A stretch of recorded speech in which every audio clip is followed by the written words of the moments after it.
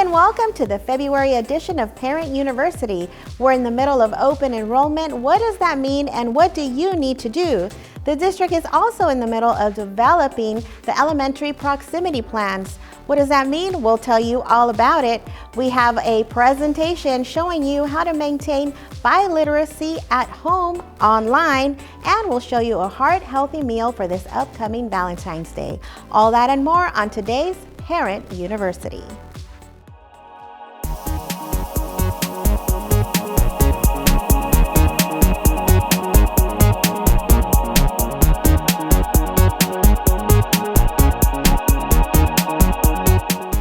Hello parents. In this segment we are joined by Soretta Ralph, the Executive Director of Student Enrollment. Soretta, thanks for coming back one more time for Parent University. I am so honored to be here. All right, we are going to talk about what else? Student enrollment. It is going on right now and it goes until February 26th.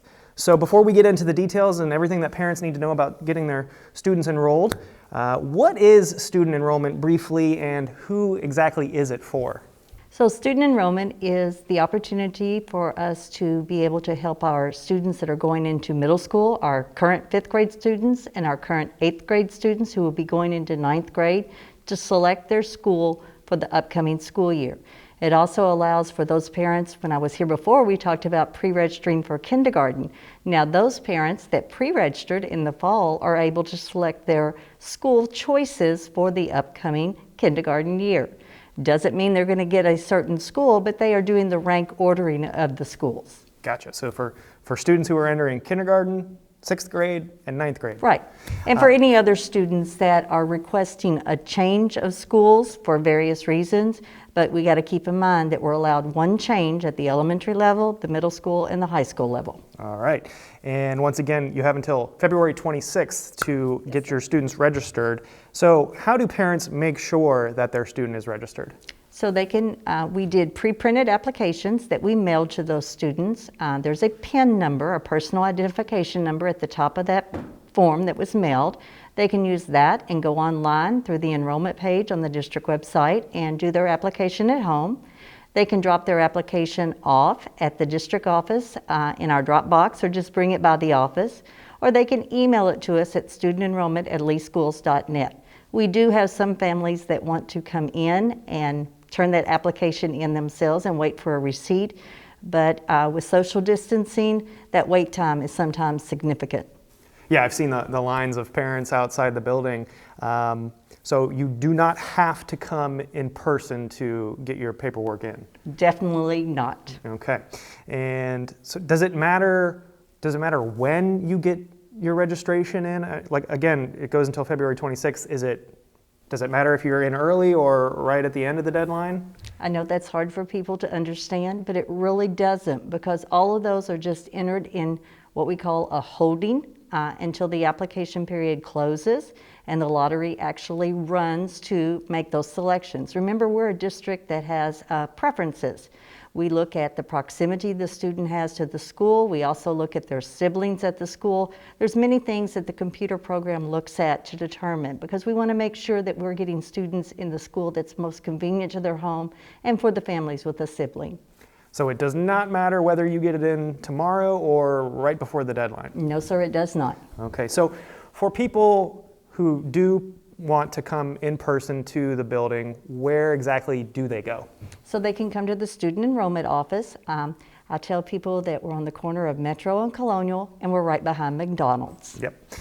So I think it's the south entrance to the building. Yep, right near, closest to the McDonald's, like you said. We can always look at where the line is. Yeah, you'll probably see a line of parents. It's open from 9 a.m. to noon, and then opens back up at 1 p.m. until 4 p.m. I think they close for an hour to clean. And we have lunch. And parents should also be aware that if they do come in person, there's some COVID-19 protocols in place, right? We ask for only one family member in our lobby. We also ask that they use the sanitation of their hands when they come in, and we also require masks.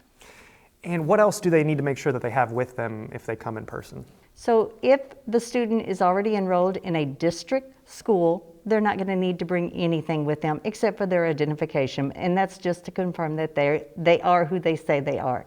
If you're coming new to the district, we're requiring the registration form to be completed, birth certificate, proof of address, immunizations, physical, all of those necessary things for enrollment.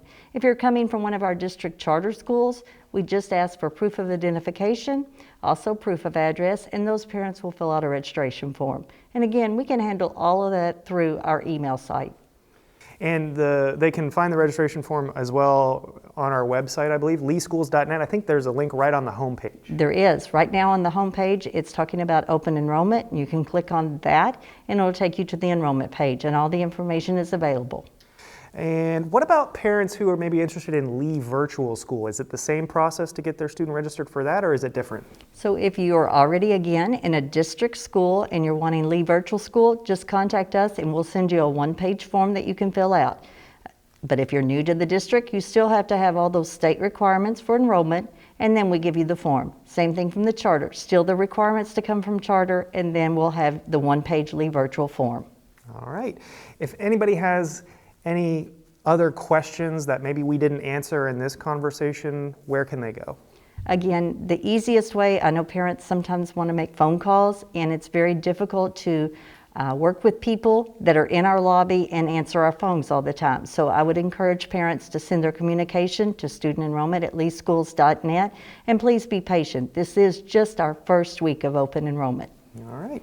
And once again, you do not have to physically come in person to the district building to get registered. It does not matter whether you're at the very beginning or at the tail end.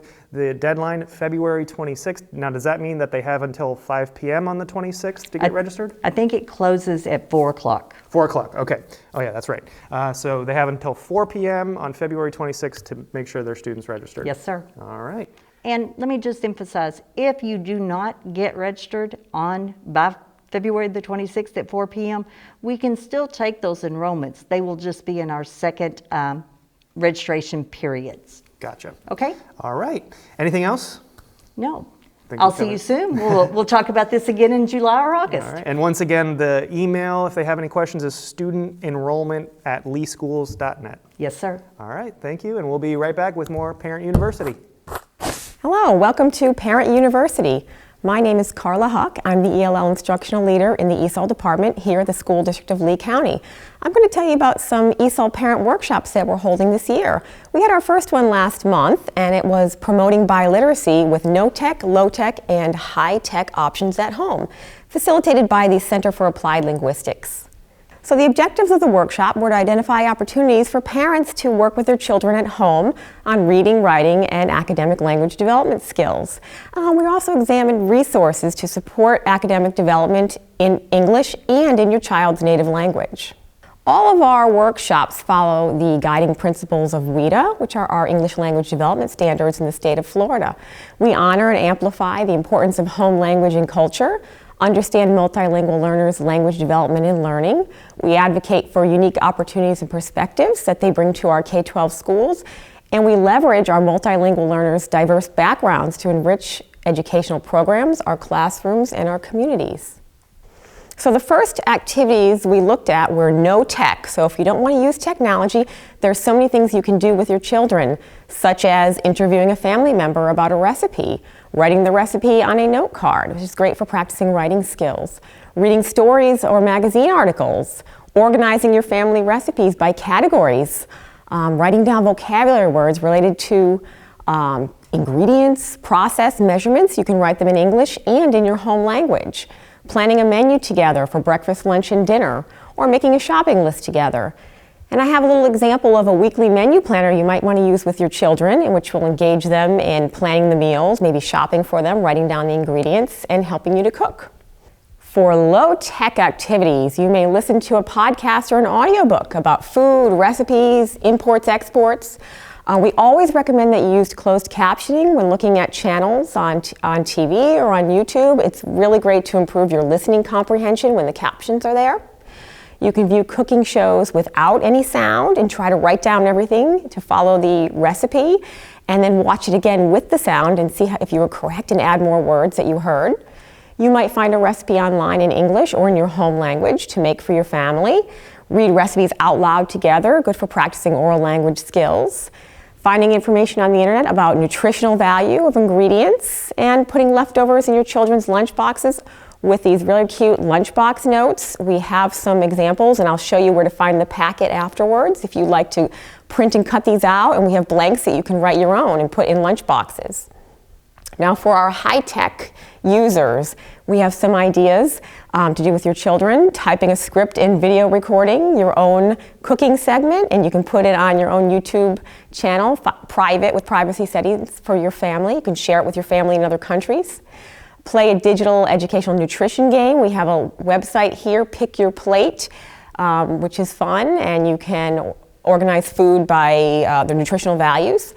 You can use Google Drawings. A lot of the kids have Chromebooks with all the Google apps. They can create a poster or a meme about healthy eating habits, print it out and hang it at home, share it. Participate in global science projects. So we have a website here called SciStarter, and once you set up a free account, there are many global projects that you can join. One is called Ant Picnic, where you set out bait and then you track how many ants came and ate the food, and you enter the data into the global database. And there's another one, if you're interested in sourdough starter, which everyone was doing during the pandemic, you can get a kit and start your own sourdough and test the pH and do some science. So you're going to see all these activities I'm showing you kind of touch on math, science, social studies, and English language arts. Here's a sample, again, from our packet. You might want to do a compare and contrast organizer with food guidelines from around the world, comparing the US and different countries. And there's that website, Pick a Plate, that you can go on and explore different activities. We also moved on to resources that you can use at home that are free. We have audiobooks, and I have a list here of audiobooks. Some of them will have stories in English, some will be in your native language. And I want to emphasize, we really want you to develop your child's skills in their native language along with English, because we know all the benefits to being bilingual. And then I have a link here with resources for your family. So parents, you can join your kids on these sites to improve your English. We have news in slow English, for example. We have English practicing grammar and vocabulary online. All kinds of sources of activities for English learners at all different levels. Now to find these materials, you will go on our ESOL department page from the School District of Lee County, and you'll see here it says English for speakers of other languages, and at the bottom we have all our files. And the parent workshop is there. I actually have the recording. The first hour is in English and the second hour is presented in Spanish. We also have the packets up there in English and in Spanish with all these great resources and printable activities to do with your children at home. So we hope you'll join us. Our next workshop will be in April. Look for the flyers on Peach Jar, and thank you for having me here today.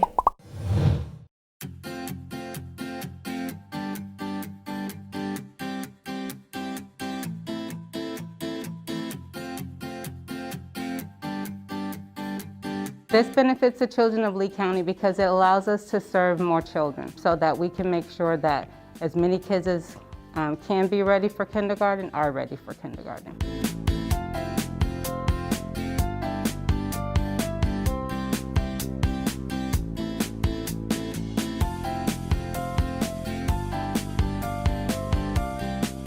This is out of the ordinary for a regular K-12 district to do something like this, and to be able to walk around and see the first step on this journey really come to fruition. I mean, this is just the beginning, but to see this first step, for me personally, is very, very fulfilling.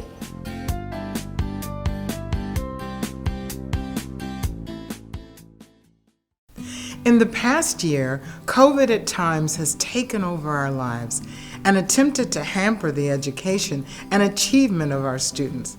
But when times get tough, the tough get going, to find alternative ways not only to educate our children, but to educate the village that it takes to make sure they achieve. Parent University is one of those alternatives. It is our way to keep our parents, community, and all of our stakeholders informed about how to be a part of our education village. Share this information with your friends and family, whether they have students in the system or not. Thank you for joining our education village, Parent University. So the school district right now is in the middle of a major project to set new zones for elementary school enrollment. The idea is to provide our families with more community-based school choices closer to where they live, rather than a wide amount of choices in the entire zone where they live. Our community engagement coordinator, Adam Malloy, here to help explain these new proximity zones with us. And Adam, welcome this time as a guest. First, if you would, sort of just tell us, why is there such a focus now on proximity zones? So this is something that the district has prioritized and been working on for a number of years, and that is getting strategically smaller with our attendance zones, especially at the elementary school level. You currently rank schools in your subzone and adjacent subzones. Sometimes that can get up to 16 elementary schools. District provides transportation. This is a move forward and done with data and our consultant group, Davis Demographics. Right now, I think is a great time to move forward on this, to get more strategic choice, to get more community choice, to get stronger choice. What are going to be the advantages of proximity zones that give you 3 or 4 schools to choose from instead of up to 16? I think it creates a community identity of schools. Like instead of having like over-selected, under-selected all across the county, now you just have selected schools in your community. And I think that really will connect with our student achievement. I think that really will connect with the culture in each one of these new zones. So we add about 7 new zones in the new draft plans. Then they're just drafts right now, and we are taking a large amount of public feedback on each one of them and then making the adjustments to the boundaries. Now, that's critical right now. We recently had a series of public meetings to reveal those maps. They're available on the school district website, and we want parents. Go look at them. There's an interactive tool. Put your address in, play with the map, see how it affects you, and then let us know what you think. Yeah, no, the one thing that we know about student assignment plans is that they're very personal, and parents, they want to see, all right, what is my new zone? What are my new choices? And what do I think about them? So I think we've processed now 43 public input forms and hundreds of emails related to policy or boundaries. And I think that's the best part about this, is that it is organic and growing based on the community's involvement. So where should parents go right now to look for these zones and to use the interactive tools? So we need to go to the website, which is leeschools.net/proximity plan. On that website, we have our maps, we have our interactive web app where you can plug in your address and toggle through each one of the plans, and we have the public input form.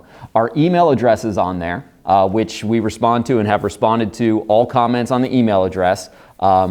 And some have very, very legitimate concerns and critiques, and we want to hear that. So that's really important. So that website is key. And also on there, we have frequently asked questions. So we've been hearing a lot about grandfathering. Yeah, I was going to ask you about that. That's one of the things that comes into play right now. A lot of parents, when they look at the map, the school their children attend is not one that they would attend necessarily under the proximity zones. And so they're wondering, what's going to happen to me? Grandfathering could be the issue. What's happening there to help that? So it's a very natural outcome of going from very large geographic zones to going smaller. Displacement or the opportunity to be rezoned or grandfathered. So right now, the district's hope is that we allow students to maintain their current enrollment.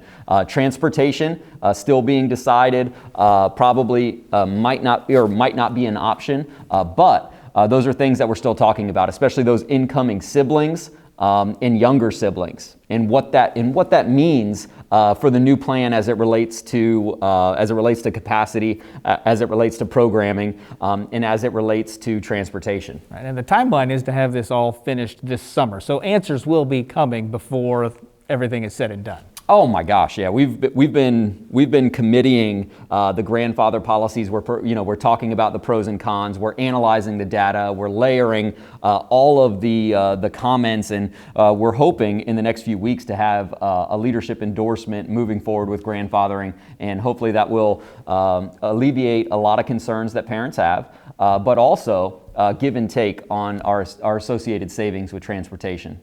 So what happens next? There is going to be another series of public meetings. So right now, we just processed all of the public input forms, and we're going to continue to do that for the next few months. We're going to make those adjustments to the draft maps, and then we are going to come back to the public in March, maybe by the end of March, maybe beginning of April, with some final maps, and say, this is what we prepare to present to the board in July of 2021. That's why it's so important right now for parents to get involved. Oh my gosh, that's the whole part of this process, is community, school district, making an entire new student assignment plan together. And that's why the feedback is so important. That's why the email is so important. That's why any sort of meeting requests, if there's parents or groups of parents that say, hey, I want to know more, you email proximityplan@leeschools.net. I will respond, I will call, I will meet.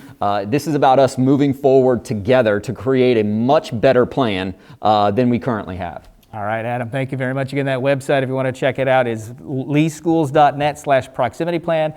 Use the forms there, use the email address, send us your feedback so the plans are as strong as possible when they're finally produced. Thank you so much for having me as a guest. And now let's go over to Jason Sill.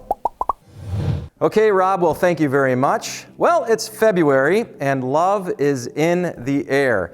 February is also American Heart Month, and so we thought we would spice it up a little bit and show you how to create a heart-healthy broccoli salad. And showing us how to do that today, I'm pleased to be joined by, from Plant Strong for Life, Trish Smith. Hello there, Jason. Hi, it's Trish. great to be here. Thanks for having me. Well, thank you so much for coming in. Now, I know you do a lot of work with our employee wellness program, and we're very proud of that program. It's been nationally recognized, and so you're a big part of that. But tell me about what you do day to day and then how you got involved with the school district. Okay, I'd be happy to.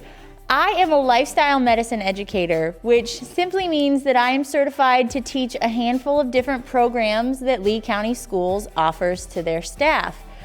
We help come in and educate people how to eat more high fiber, low fat foods as grown, and how to move more and how to drink more water.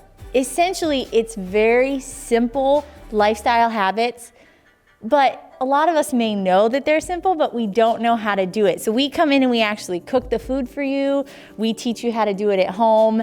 And then we work with evidence-based research projects to show you why would choosing a broccoli salad over French fries be a better heart-healthy option. And so you do things here at the district building, but then you also go out to schools as needed, or if they invite you out, and teachers can sign up and employees can sign up to take these classes with you. Absolutely right. So it's really cool. Like you said, you guys have been nationally recognized.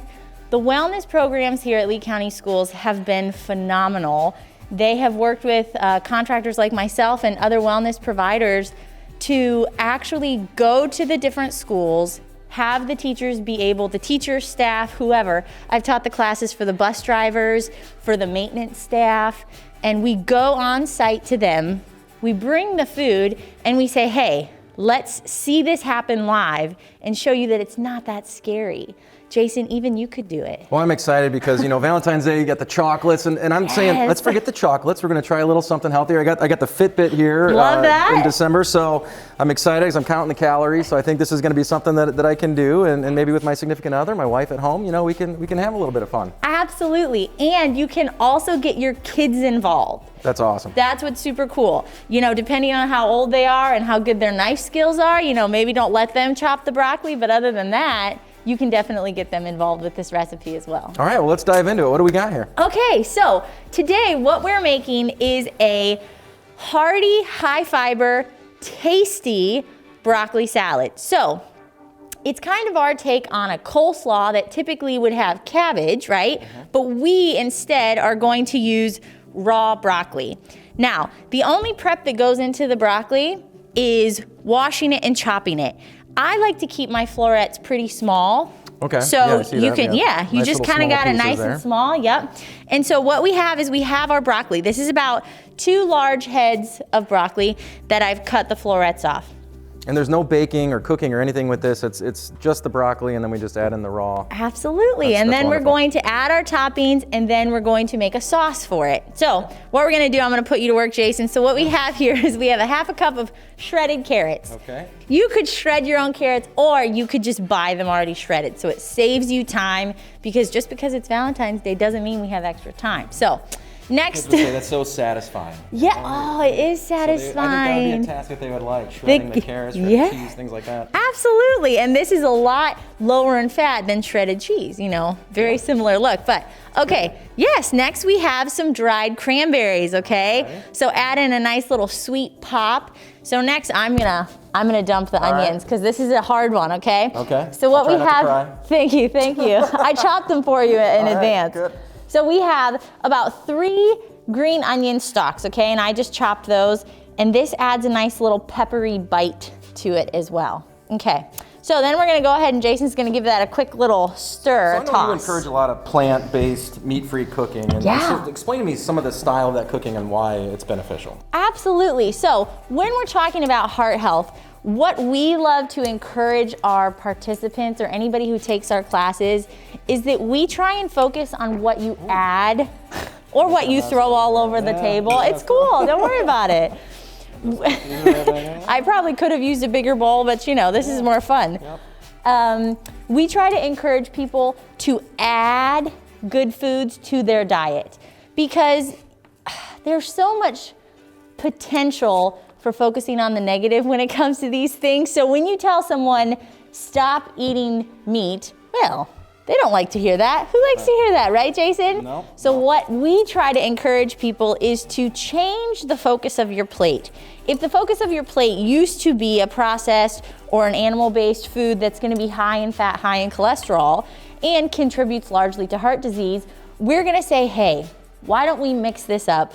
Throw in a large portion of vegetables or beans or whole foods, and then have meat as a flavoring or as a condiment or as a side, and to change the concept of that plate. And then here's what happens.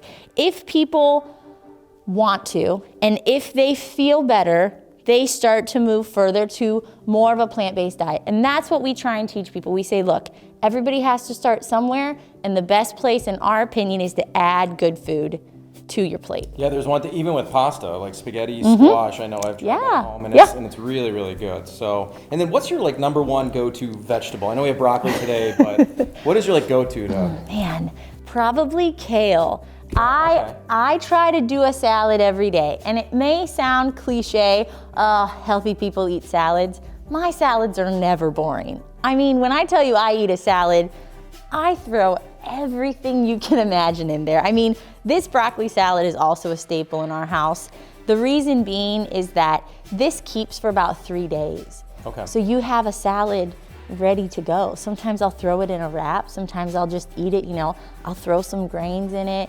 But honestly, my go-to is kale because, again, I can put anything in it and I can make it taste like anything I want, and I really love it. For me, that's... And sometimes the second or third day when it really gets good. Exactly. You know? Sometimes it kind of gets to marinade. So, okay. All right, so what do we got next? All right, so next, what we have here is we have 3 tablespoons of a low-fat, non-dairy mayonnaise. So here's how we're keeping it real heart healthy. If we decided to just take a traditional mayonnaise, we're throwing straight calories from fat onto our delicious low-fat broccoli salads. I know mayonnaise right now, like 1 tablespoon for me is like 90 calories. Yeah, you know? yeah. So I know that adds up really quickly. It absolutely does. So this is actually tofu mayonnaise, okay? So this is made out of beans, okay? All right. And it does the exact same job. However, instead of adding all of that free fat, we're adding some protein, some fiber, and calcium in our mayonnaise. So what we're gonna do is we have our mayonnaise here. I'm gonna add 1/4 cup of seasoned rice vinegar, okay? You could substitute this for apple cider vinegar if you don't have seasoned rice vinegar or you can't find it. It's available at any grocery store in the international aisles, but it gives a nice tangy sweetness to your salad. And then what we have here is 1 tablespoon of sugar and 1/4 teaspoon of black pepper. We're just gonna add that in there. And Jason, we're gonna see. Sugar out though if you didn't want to have the sugar. Or Absolutely, you could leave the sugar out, but yeah, absolutely. You could substitute it with something like date syrup, which is a great alternative because you're sweetening it with the whole food instead of a refined sugar. So I got to. Good. I am whiskey. Yeah. Good. Look, hey.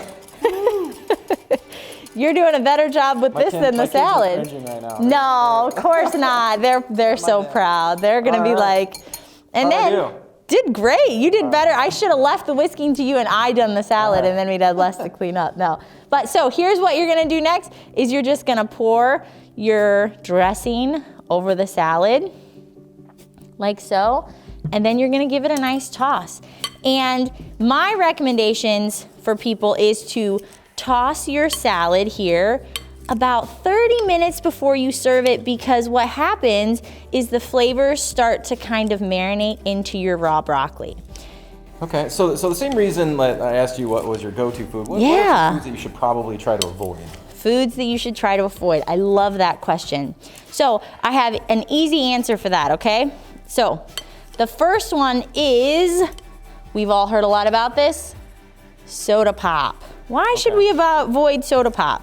Even diet? Even diet, especially diet. Because what they put in diet soda pop is actually a potent cancer stimulus.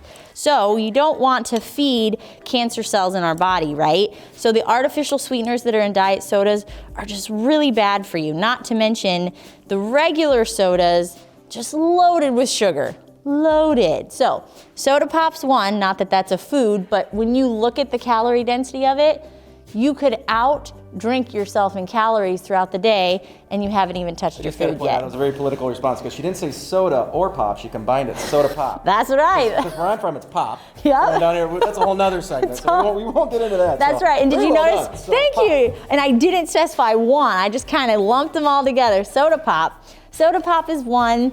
The other one is going to be trans fats. And when we're talking about heart health, this is a big one. Trans fats are fats that are solid at room temperature. You have to look at your label. Trans fats are in most processed baked goods.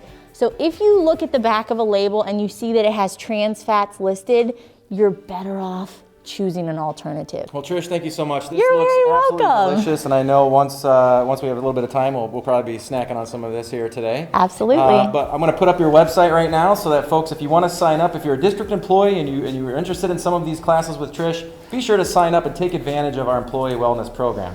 That's it for now, Trish. Thank you again, and back to more Parent University. This is the Lady Raider team.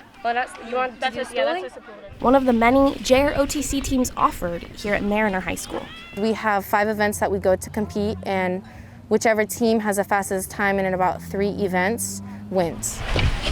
These events entail obstacles such as the tire flip,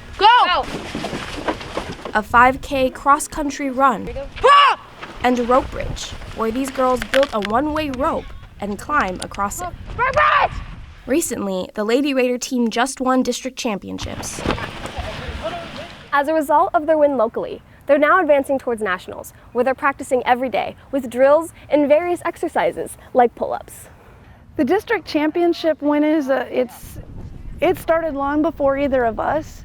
This is a legacy of a team that's been built for years and years. These kids, these seniors, have been here 4 years building up to this moment.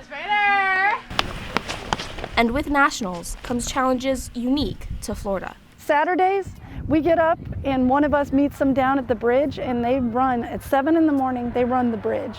They run across that bridge and they run back, because that's the only hill in this entire county, and they have to practice for the mountains in Georgia. No matter the hills these girls have to climb, Come on, pull yourself up. this team is more than just a competition.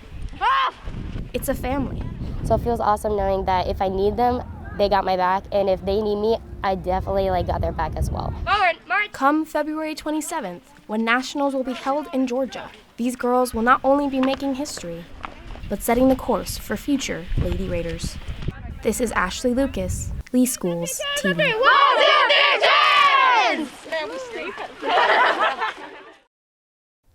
All right, we're back, and that's going to do it for this episode of Parent University. But before we go, I'm joined by Irma. Irma, have you had a chance to try this delicious broccoli salad? I did. So if I wasn't wearing this mask, you could probably see it in between my teeth. So I guess good thing for now that you can't. But it's delicious. I can't wait to have the rest of it after the Perfect for program. Valentine's. Mix in a little bit of those raw veggies and maybe swapping some of the chocolate for some green.